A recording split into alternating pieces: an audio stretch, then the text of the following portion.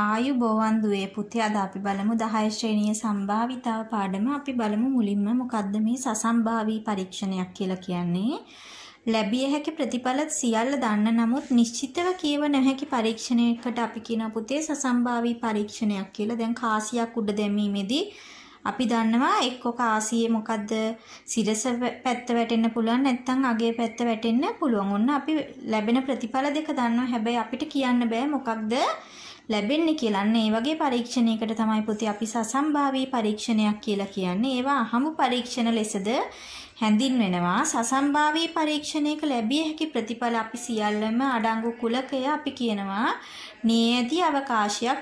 අපි බලමු සසම්භාවී පරීක්ෂණයක්. කාසියක් උඩ දමා වැටෙන පැත්ත සටහන් කර ගැනීම. එතකොට නියති අවකාශයේ පුතේ එක්කෝ සිරස නැත්තම් අගය. එතකොට මේ ලැබෙන්න පුළුවන් අවස්ථා දෙකම අපි ලියලා තිනවා. සාමාන්‍ය නියති අවකාශයක් අපි S අකුරෙන් තමයි දක්වන්නේ. ඊළඟට බලන්න 1 සිට 6 දක්වා අංක නිලද ධාතු කැටයක් උඩ දමා උඩට හැරී වැටෙන පැත්ත සටහන් කර ගැනීම. එතකොට S කියලා කියන්නේ නියති අවකාශය. අපිට ලියන්න පුළුවන් 1 2 3 4 5 6 කියන්නේ මේ ඉලක්කම් 6න් එක පැත්තක් තමයි වැටෙන්න ඕනේ. එතකොට ලැබෙන ප්‍රතිඵල අපිට 6ක් තියෙනවා. අපි බලමු පුතේ සිද්ධි කියන්නේ මොනවාද කියලා. සිද්ධියක් කියලා කියන්නේ නියති අවකාශයක ලියන්න පුළුවන් උපකූලක වලට අපි කියනවා සිද්ධි කියලා. දැන් බලන්න මෙතන අපිට කලින් අපි ලිව්ව ධාතු කැටයක් උඩ දැමීමෙන් අපිට ලැබිය හැකි පැත්ත උඩට වැටෙන පැත්ත සටහන් කර ගැනීම අපි S කියලා ලියලා තිනවා 1 2 3 4 5 6. එතකොට මෙතනදී අපිට උපකුලක තව ලියන්න පුළුවන් 2.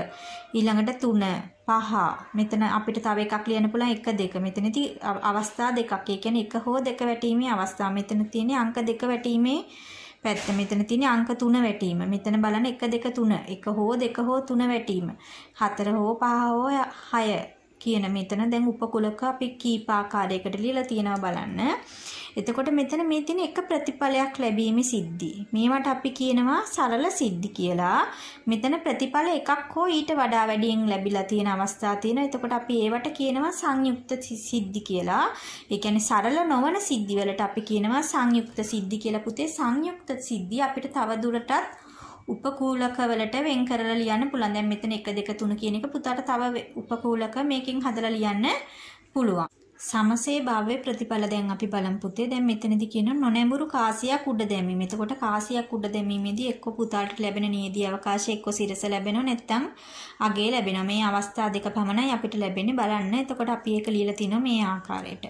ඊළඟට බලන්න රතු නිල් කහ කළු යන වර්ණ වලින් යුත් සර්වසම බෝල හතරක්. එතකොට බෝල හතරම එකම ආකාරයේ තියෙන්න ඕනේ පුතේ. ප්‍රමාණය හැඩය බර මේ ආකාරයට. එතකොට අහඹු ලෙස ඉන්න එක් බෝලයක් ඉවතට ගැනීම. එතකොට පුතාට වෙන්න පුළුවන් නියදී අවකාශය එක්ක රතු බෝලය නැත්තම් කහ බෝලේ එහෙම නැත්තම් කළු බෝලේ නිල් බෝලේ මේ තියෙන්නේ නියදී අවකාශය. යම් සසම්භාවී පරීක්ෂණයකදී සෑම ප්‍රතිඵලයක්ම ලැබීම සමාන හැකියාවක් ඇතනම් එම පරීක්ෂණය අපි කියනවා පුතේ සමසේ භාව්‍ය ප්‍රතිඵල සහිත පරීක්ෂණයක් කියලා අපිට කියන්න පුළුවන්. දැන් මෙතනදී බලන්න මේ බෝල එක සමාන බෝල හතරක් නේද සර්ව සම. එතකොට මේක ඇවිල්ලා සමසේ භාව්‍ය ප්‍රතිඵල ලැබෙන පරීක්ෂණයක්. දැන් මෙතන කාසියක් උඩ දැමීමත් ඒ ආකාරයෙන්ම තමයි.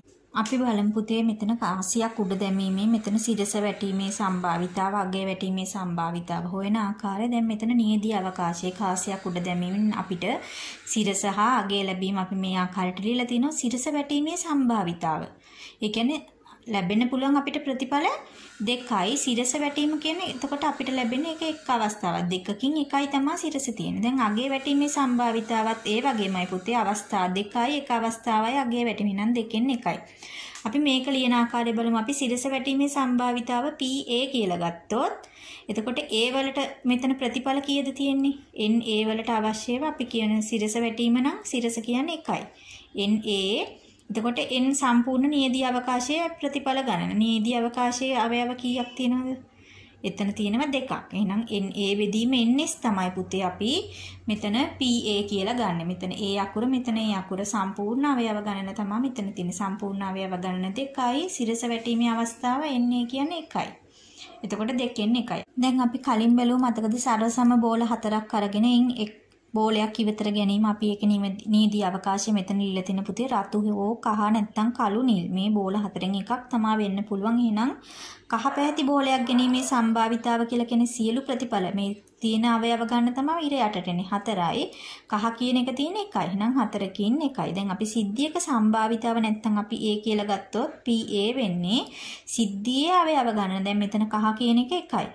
එතකොට එයා තමයි NA කියලා කියන්නේ සම්පූර්ණ අවයව ගණන. නැත්නම් නියදී අවකාශීය අවයව ගණන අපි කියනවා NS කියලා. මෙතන නියදී අවකාශීය අවයව 4ක් තියෙනවා. නම් 4න් 1යි. පුතේ සමසේ භාව්‍ය නොවන සසම්භාවී පරීක්ෂණ දැන් පුතාලට දැන් හිතන්න පුළුවන් අඹ ඇටයක් අරගෙන ඒක සත්‍යයක් තුලදී පැලවේදයි අපි නිරීක්ෂණය කළොත් මෙතන අපිට පැලවෙන්නත් පුළුවන් පැලවෙන්නේ නැති වෙන්නත් පුළුවන්. මෙතන නියදී අවකාශයේ අපි ලියලා තිනු පැලවීම හා නොපැලවීම. එතකොට මෙතනදී අපිට සම්භාවිතාව හරියටම හිතන්න බෑ පුතේ කීයද කියලා.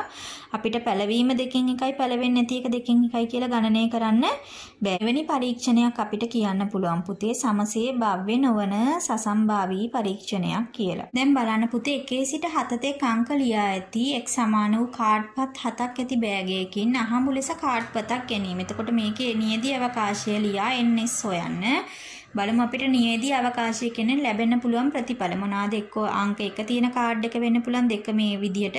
එතකොට 1 ඉඳලා 4 තමයි අපි ලියන්නේ S. NS කියලා කියන්නේ පුතේ මේ S කුලකයේ තියෙන අවයව ගන්න. මෙතන තියෙන ඉලක්කම් 7ක්. එහෙනම් NS කියලා කියන්නේ 7යි. ඊළඟට බලන්න ඉරට්ටේ සංඛ්‍යාවක් ලැබීම A නම් Aහි අවයව ලියා NA සොයන්න. එතකොට ඉරට්ටේ සංඛ්‍යාවක් මෙතන බලන්න 2 4 6.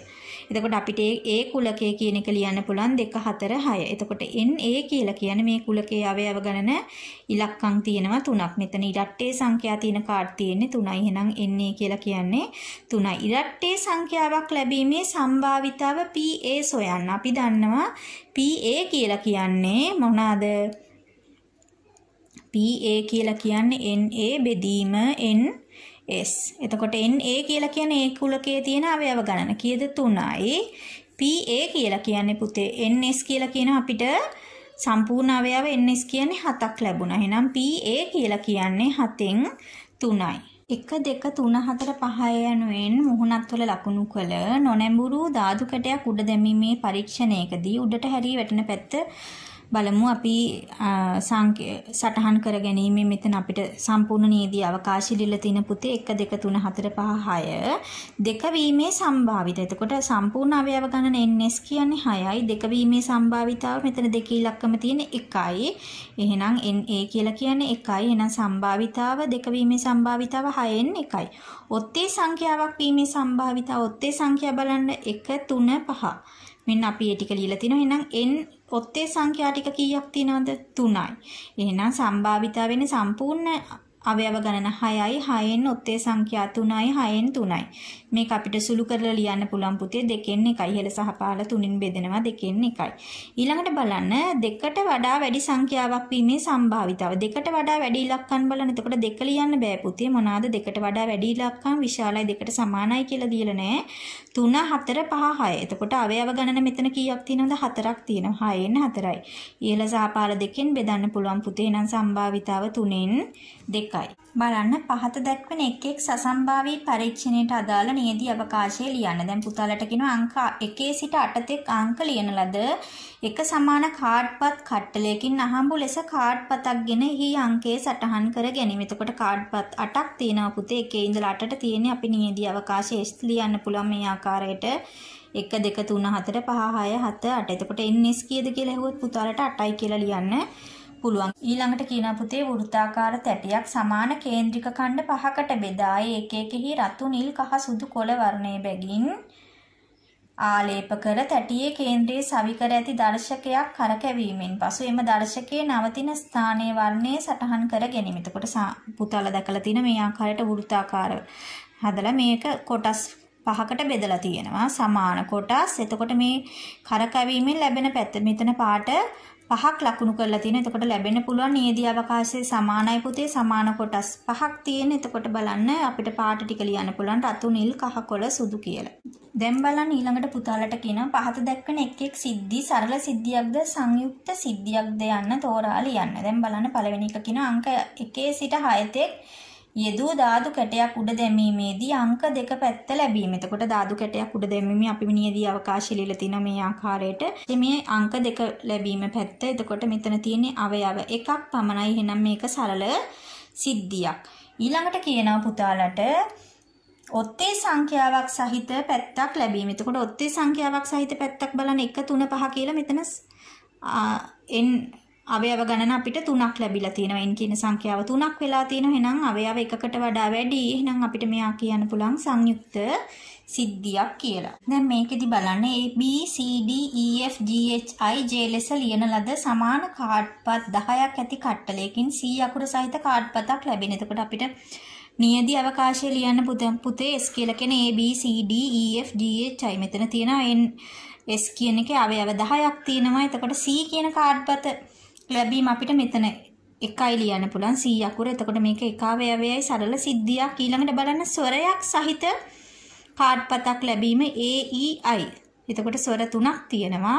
මෙතන එහෙනම් මෙයා සංයුක්ත සිද්ධියක්. සරල සිද්ධි 5ක් ලියන්න. එතකොට අපිට ලියන්න පුළුවන් A අකුර ලැබීමේ කාඩ්පතක් ලැබීම, B අකුර සහිත කාඩ්පත ලැබීම, C අකුර සහිත කාඩ්පත මේ විදියට ලියන්න පුළුවන් මේ ආකාරයට. සරල සිද්ධි 5ක් සංයුක්ත සිද්ධි 5ක් ලියන්න. A හෝ B සහිත කාඩ්පත ලැබීම, B හෝ C. මෙතන A හෝ B හෝ C සහිත කාඩ්පතක් ලැබීම. මේ විදියට පුතාලට සංයුක්ත සිද්ධි 5ක් ලියන්න පුළුවන්. ස්වරාක්ෂරයක් සහිත කාඩ්පතක් ලැබීමේ සම්භාවිතා බලමු පුතේ. මෙතන සම්පූර්ණ අවයව ගණන අපි දන්නවා NS කියලා කියන එක 10ක් තිබුණා. ස්වරාක්ෂරයක් ලැබීමේ සම්භාවිතාව කීයද අපිට ආවේ? අකුරු 3ක් ලැබුණා A E I. එතකොට අවයව ගණන මෙතන 3යි. එහෙනම් මෙතන සම්භාවිතාව වෙන්නේ පුතේ 10න් 3යි. ඊළඟ ගණන බලන්න පුතේ. සර්ව සම පබළු 7කින් 3ක් නිල් පාට වන අතර ඉතිරි ඒවා රතු පාට වේ. එතකොට නිල් පාට ඒවා 3ක් තියෙනවා. එතකොට නිල් නිල් නිල්. එහෙනම් රතු පාට පබළු කීයක් තියෙනවද? 4ක්. එතකොට අපිට නිල් 1, නිල් 2, නිල් 3, රතු 1, රතු 2, රතු 3, රතු 4 මේ විදිහට නියදිග අවකාශය ලියන්න පුළුවන්. අහඹු ලෙස පබළුවක් ගැනීමේ පරීක්ෂණයට අදාළ ඔන්න නියදී අවකාශය අපි ලිව්වා.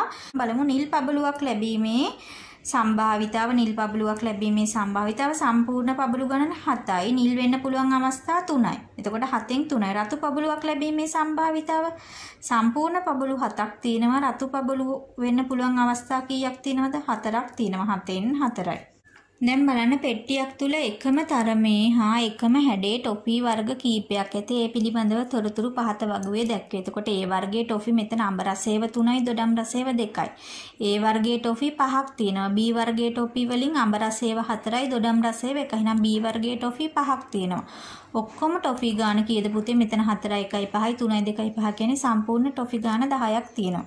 එතකොට මේ අදාළ නියදී අවකාශය ලියන්න කිව්වොත් පුතාට පේනවා අඹ ඒවා 3ක් තියෙනවා. A වර්ගයේ අඹ, A වර්ගයේ අඹ, A වර්ගයේ අඹ ටොෆි 3යි, A වර්ගයේ දොඩම් මේවා 2ක් තියෙනවා. ඊළඟට B වර්ගයේ අඹ ඒවා 4ක් තියෙනවා. B වර්ගයේ දොඩම් මේවා 1යි. එතකොට නියදී අවකාශයේ අවයව 10ක් තියෙනවා. දොඩම් රස එකක් වීමේ සම්භාවිතාව. එතකොට දොඩම් රස වෙන ඒවා 3ක් තියෙනවා. මෙතන දොඩම් රස ඒවා 3ක්. එහෙනම් 10න් 3යි සම්භාවිතාව. අඹ රස එකක් වීමේ සම්භාවිතාව අඹ රසයේ ටොෆි 7ක් තියෙනවා. මෙතන A වර්ගයේ අඹ රසේව 3යි, B වර්ගයේ අඹ රසේව 4යි. එතකොට සම්පූර්ණ 7ක් තියෙනවා. නියදී අවකාශයේ සම්පූර්ණ අවයව ගණන 10යි. අඹ රස ටොෆි 7යි. නම් නියදී සම්භාවිතාව කීයද? 10න් 7යි. A වර්ගයේ ටොෆියක් වීමේ සම්භාවිතය මෙතන බලන්න පුතාලා A වර්ගයේ ටොෆි 5ක් තියෙනවා. එහෙනම් සම්පූර්ණ ටොෆි 10න් A වර්ගයේ ටොෆි 5යි නම් 10න් 5යි කියන්නේ 2න් 1යි. B වර්ගයේ ටොෆිත් තියෙනවා පුතේ 5ක් තියෙනවා. එහෙනම් ඒකේ සම්භාවිතාවක් 10න් 5යි කියලා කියන්නේ 2න් 1යි. A වර්ගයේ අඹ රස. A වර්ගයේ අඹ රසේව පුතාලට පේනවා 3ක් තියෙනවා. එහෙනම් සම්පූර්ණ ටොෆි ගණන 10යි. A වර්ගයේ අඹ රසේව 3යි. 10න් 3යි. දැන් අපි බලමු පුතේ සිද්ධි දෙකක ඡේදනය හා මේලය. මෙතන පුතාලට කියනවා 1 2 3 4 5 අංක ලියා ඇති සර්ව සම බෝල 5කින් අහඹු ලෙස බෝලයක් ගැනීමේ සසම්භාවී පරීක්ෂණ. එතකොට අපි නියදී අවකාශය ලියන්න පුළුවන්. පළවෙනි අංකයේ තියෙන බෝලය ගැනීම 1 2 නැත්නම් 3 4 5. එතකොට මෙතන අවස්ථා 5ක් තියෙනවා. නියදී අවකාශයේ අවයව 5ක් තියෙනවා. දෙකට වැඩි බෝලයක් ගැනීම අපි A කියලා ගත්තොත් එතකොට දෙකට වැඩි ඉලක්කම් කීයක් තියෙනවද? 3 4 5. 3 4 5 අපිට මෙතන ලියන්න පුළුවන්. එතකොට ඉරට්ටේ සංඛ්‍යාවක් සහිත බෝලයක් ගැනීම B කියලා ගත්තොත් පුතේ ඉරට්ටේ සංඛ්‍යා දෙකක් තියෙනවා 2 4. එතකොට NA කියන එකේ අවයව 3ක් තියෙනවා NB කියන එකේ අවයව NB කියන්නේ 2. A කියලා කියන්නේ දෙකට වැඩි සංඛ්‍යාවක්. එතකොට 3 4 5. ඔන්න ඊළඟට B කියලා කියන්නේ ඉරට්ටේ සංඛ්‍යාවක් 2 4. එතකොට මේ 4 කියන සංඛ්‍යාව මේ දෙකටම තියෙනවා. ඒක අපි මේ මැද්දෙන් තමයි ලියන්නේ A ට සහ B ට දෙන්නටම අයිති කොටස. එතකොට එක කියන ඉලක්කම මේ දෙන්නටම අයිති නෑ. එයා එළියේ තමයි තියෙන්නේ. එතකොට A ඡේදනීය B කියලා කියන්නේ බලන්න 4. 4 මේ දෙන්නටම අයිති. A මේලේ B කියලා කියන්නේ පුතාට පේනවද 2 3 4 5. දැන් පුතාලා දන්නවා N A මේලේ B. A මේලේ B කියන එකට අයිති අවයව ගණන සමාන වෙනවා N A කුලකයේ අවයව ගණනට B කුලකයේ අවයව ගණන එකතු කරලා ලැබෙන උත්තරයෙන් පිළිතුරෙන් අපි A ඡේදනයේ B වලට අයිති අවයව ගණන අඩු කරනවා. එතකොට අපිට NA මේලේ B ලැබෙනවා. දැන් අපි මේ සම්පූර්ණ පදයක් නැත්තම් අපි මේ දෙපැත්තම NS වලින් බෙදනවා. එතකොට බලන්න අපිට සමීකරණයක් දෙපැත්තම එක මගයකින් බෙදීමෙන් අගයේ වෙනසක් වෙන්නේ. එහෙනම් අපි මේ NS වලින් මේ පැති දෙකම බෙදනවා. මේක පුතාලට පේනවා මේක වෙන් වෙන් කරලා අපිට ලියන්න පුළුවන්. එතකොට ඒ කියන්නේ මේ අපි හැම පදයක්ම NS වලින් බෙදනවා කියලා අපිට ලියන්න පුළුවන්. දැන් මෙතන භාග සංඛ්‍යාව බලන්න අපිට දන්නා මේ විදිහට ලියන්න පුළුවන්. ඒ කියන්නේ එතන මේ 7න් 5 7න් 1 මෙතන 7න් 2 අපිට වෙන් වෙන් කරලා මේ විදිහට ලියන්න පුළුවන්. ඒ කියන්නේ පැති දෙකම අපි NS වලින් බෙදනවා කියන්නේ පුතේ මේ ධන ඍණ සහිත මේ පද වලින් වෙන් වෙලා තියෙන මේ සියලුම පදයන් අපි NS වලින් බෙදලා තියෙනවා. N A මේලය B NS වලින් බෙදුවාම අපිට ලැබෙනවා P A මේලය B. දැන් පුතාලා දන්නවා මේක. අපි P A කියලා කියන්නේ A කියන සම්භාවිතාව කියන්නේ N A බෙදීම NS. ඒ ආකාරයටම තමයි මෙතන තියෙන්නේ මොකක්ද? A මේලය B. N A මේලය B අපි NS වලින් බෙදුවාම අපිට P A මේලය B ලැබෙනවා. ඒ කියන්නේ A මේලේ B වල අවයව ගාන සම්පූර්ණ අවයව ගණනින් බෙදීමෙන් අපිට A මේලේ B කියන එකේ සම්භාවිතාව ලැබෙනවා. එහෙනම් මෙතන NA බෙදීම NS කියලා කියන්නේ PA, NB බෙදීම NS කියලා කියන්නේ PB.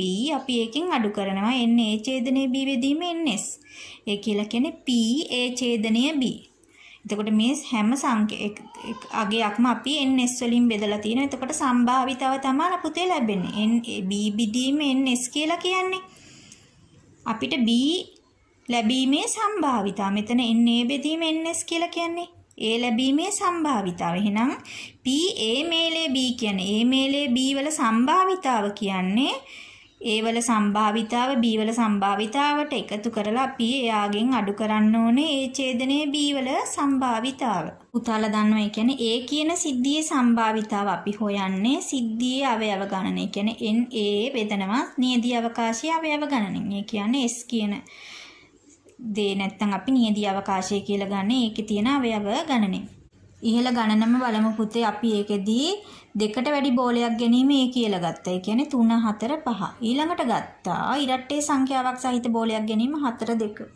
ඒක අපි B කියලා අරගත්තා. එතකොට මේ දෙකටම අයිති නැහැ එක කියන එක. දැන් අපි PA කියලා ගන්න A වල සම්භාවිතාව. A වීමේ සම්භාවිතාව. ඒ කියන්නේ මොකක්ද? දෙකට වැඩි බෝලයක් ගැනීමේ සම්භාවිතාව. එතකොට සම්පූර්ණ අවයව ගණනෙන් අපි මෙතන දෙකට වැඩි බෝලයක් නැත්නම් NA කියන එකේ අවයව ගණන කීයක් තියෙනවද? 3ක් තියෙනවා. සම්පූර්ණ අවයව ගණන කීයද පුතේ? මෙතන සම්පූර්ණ සිද්ධිය අවයව ගණන තියෙනවා 5ක්. එහෙනම් සම්භාවිතාව 5න් 3යි. එතකොට අපි බලමු B කියලා. නැත්නම් අපි කිව්වා ඉරට්ටේ සංඛ්‍යාවක් වීමේ සම්භාවිතාව. එතකොට ඉරට්ටේ සංඛ්‍යා ගණන කීයද? 2යි.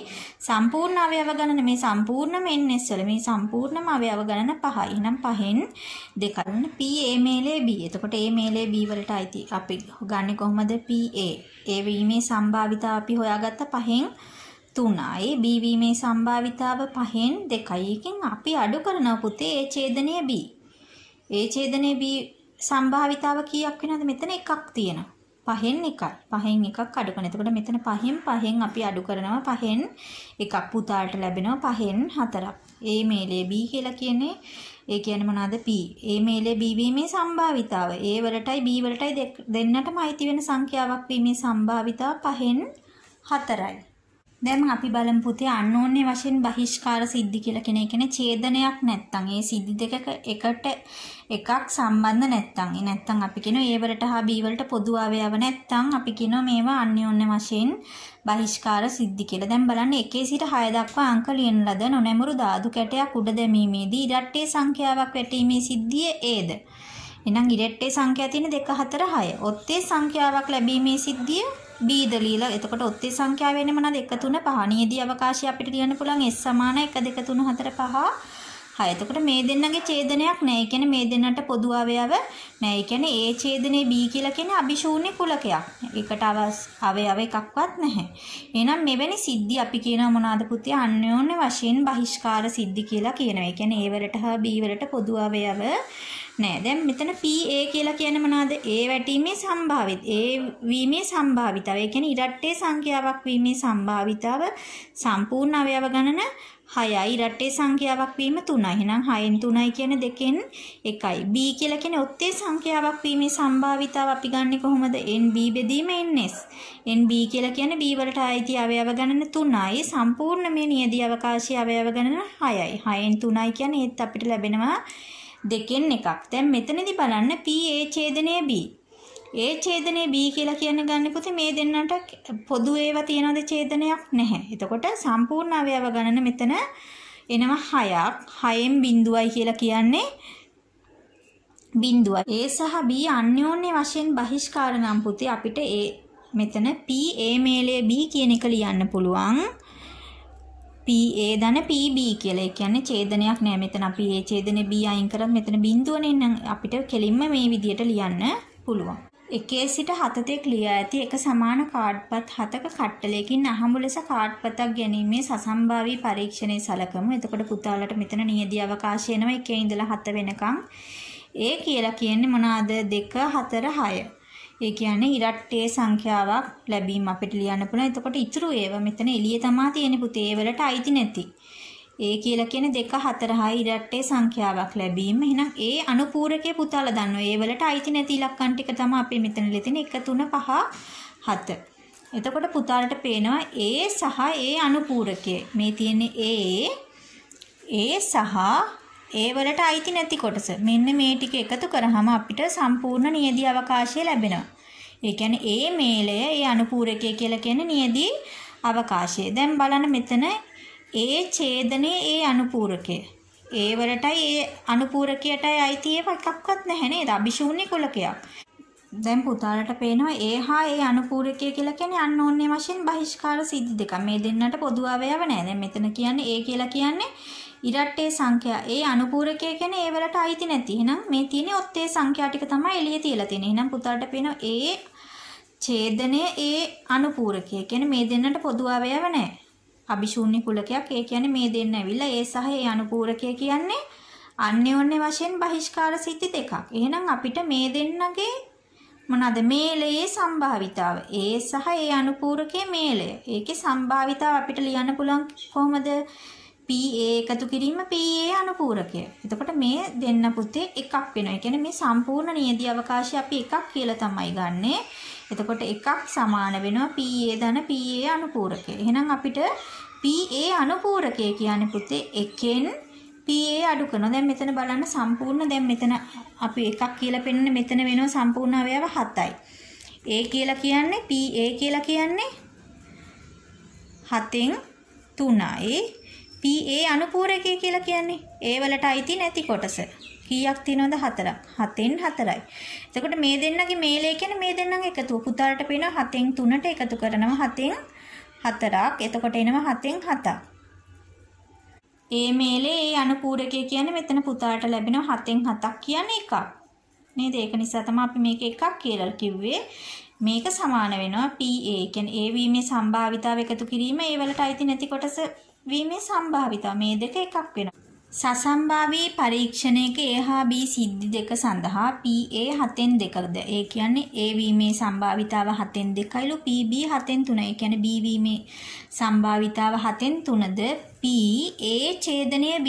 A ඡේදනයේ B සම්භාවිතාව 14න් 1ද වේ නම් මේවා සොයන්න. දැන් බලන්න මේ ටික අපි ලියාගත්ත PA 7න් 2යි PB 7න් 3යි PA ඡේදනයේ B 14න් 1යි. එතකොට පුතාලා දන්නවා දැන් මේකට P අපිට PA මේලේ B හොයන්න තියෙන්නේ.